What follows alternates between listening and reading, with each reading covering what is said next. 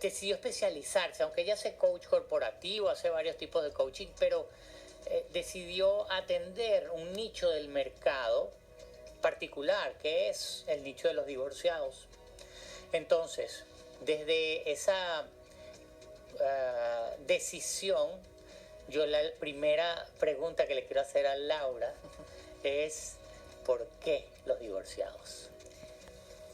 Sí, esto viene de una experiencia personal, de dos experiencias personales y sobre todo de mi segundo divorcio. Fue un proceso tan difícil en donde offline estábamos hablando cuando tú tocas ese espacio de la noche oscura del alma y cuando te ves en una depresión, en una situación en la que pareces no tener salida y estás viviendo como una especie como un zombie, en la que me costaba inclusive trabajar, me costaba desenvolverme en mi vida y tomé una decisión radical que fue después, bueno, dejar mi trabajo, una trayectoria en el mundo corporativo y dedicarme a sanar, pero en esa sanación encontré una nueva misión porque me di cuenta que empecé como a florecer, o sea, de ser una flor marchita de otoño a una flor nuevamente en la primavera y empecé a aplicar un montón de técnicas y eso me llevó también a documentar lo que estaba haciendo, a aplicar técnicas de diferentes maestros que he tenido, gracias a Dios, a lo largo de mi vida y de pronto me vi diciendo, tengo una nueva misión de vida, que me sané mi corazón y ahorita puedo también ayudar a sanar los corazones rotos de otras personas. Allí comenzó todo. Fíjate, y yo siempre tengo esta reflexión cuando estoy hablando con parejas que vienen a consulta, cuando estoy hablando con otros terapeutas o con gente que está en la búsqueda del camino espiritual, que yo creo que los libros enseñan, los cursos enseñan, las universidades enseñan, pero el que no ha tocado fondo, el que no ha experimentado en carne propia la experiencia intensa, la experiencia vívida, la experiencia didáctica, porque yo creo que ahí es donde aprendemos más. El que no, eso no se aprende en ninguna parte. Eso se tiene que internalizar, se tiene que metabolizar. Y desde esa integración es que uno verdaderamente puede ayudar al otro. Yo también tuve coaching y estuve en terapia y lo recomiendo ampliamente porque la terapia para mí, el coach que me acompañó en mi proceso de divorcio fue como un faro en la oscuridad y eso es lo que yo también traigo, un faro en la oscuridad para llevarte de un proceso oscuro a un proceso de transformación personal, en donde te transformas en algo, en la mejor versión de ti mismo. Yo veo el divorcio como una vía espectacular de transformar una gran cantidad de cosas y de volver a decir, tengo un nuevo lienzo en blanco y de aquí yo me voy a reconectar con cosas que ni siquiera yo me imaginaba que podía hacer. Y de hecho lo he visto en el acompañamiento con clientes, mujeres y hombres. Y yo lo veo en mi propio camino. Si tú me preguntas a mí si yo me veo haciendo lo que estoy hoy en día, inclusive estar aquí conversando contigo en radio, estaba en televisión, hace 6 o 7 años yo te hubiera dicho, no, esa persona que estás describiendo, esa no soy yo. Y para mí fue tan bonito encontrar una misión de vida después del divorcio.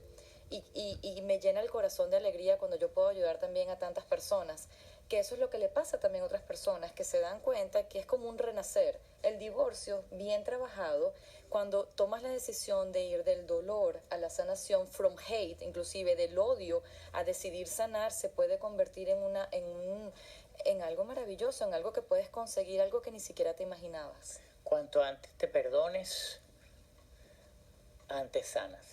Sí, y te perdonas a ti, muy bien dicho, perdonarte a ti y perdonar al otro, porque a veces es más difícil perdonarse a uno y ahí entramos en lo que son las etapas del duelo y hay una etapa del duelo que habla de la culpabilidad y si no superas esa culpabilidad es una de las etapas más difíciles y que más se arraigan porque es que yo pude hacerlo distinto, porque es que hubiera buscado ayuda antes, empiezas a culparte y realmente luego te das cuenta que hiciste lo mejor que pudiste con las circunstancias que tenías, con las herramientas que tenías en el momento y es verdad, todos hemos podido hacerlo distinto, pero el nivel de conciencia y el nivel de aprendizaje que tienes ahorita no lo tenías hace 10 años atrás, cuando cometiste esos errores y el otro también cometió esos errores.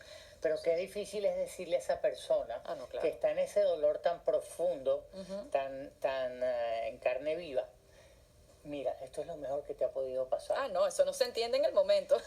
No solamente no se entiende, sino que puede haber una reacción inclusive de retaliación, de agresividad, tú te de volviste violencia. loca, o tú te volviste loco. Bueno, yo te estoy pagando para que tú me digas semejante disparate, ¿no? Sí. Pero realmente es así. Lo que pasa es que el mejor aliado del que se divorcia, pasa por una ruptura, por un cambio profundo en su vida, siempre va a ser el tiempo.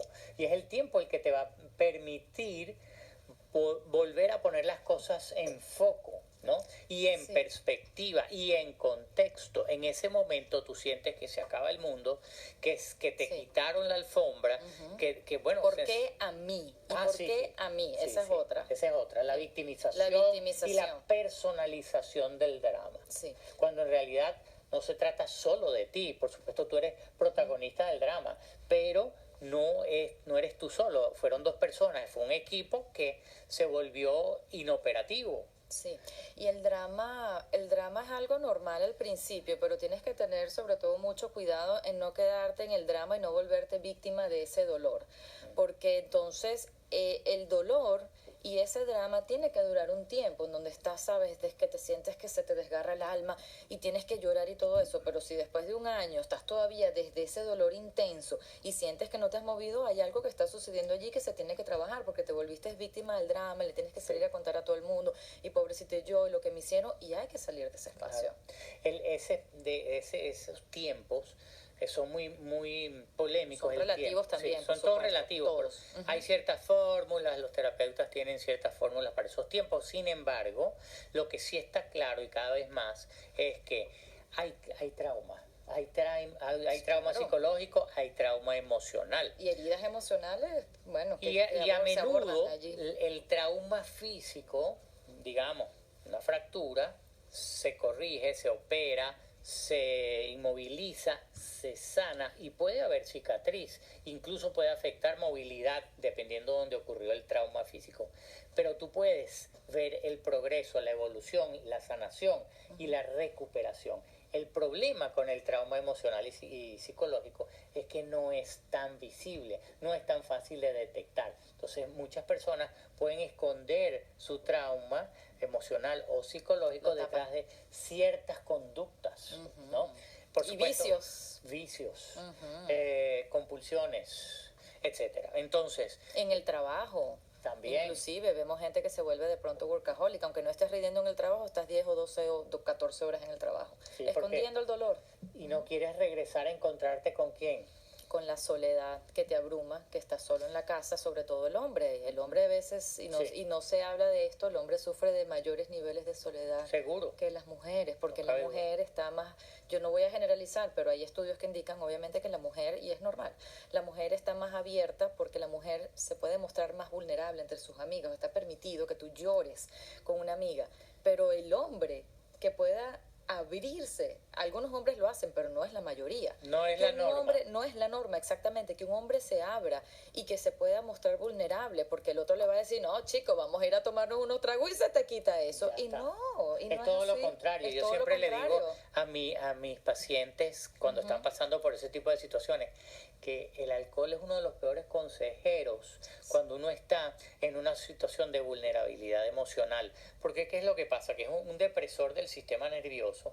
Y entonces que tú vas a exponerte a que afloren tus peores debilidades, ¿no? Tus fortalezas van a quedar subordinadas y tus debilidades van a salir. Entonces, más bien te vas a sentir peor, ¿no? Igual las drogas, ni hablar.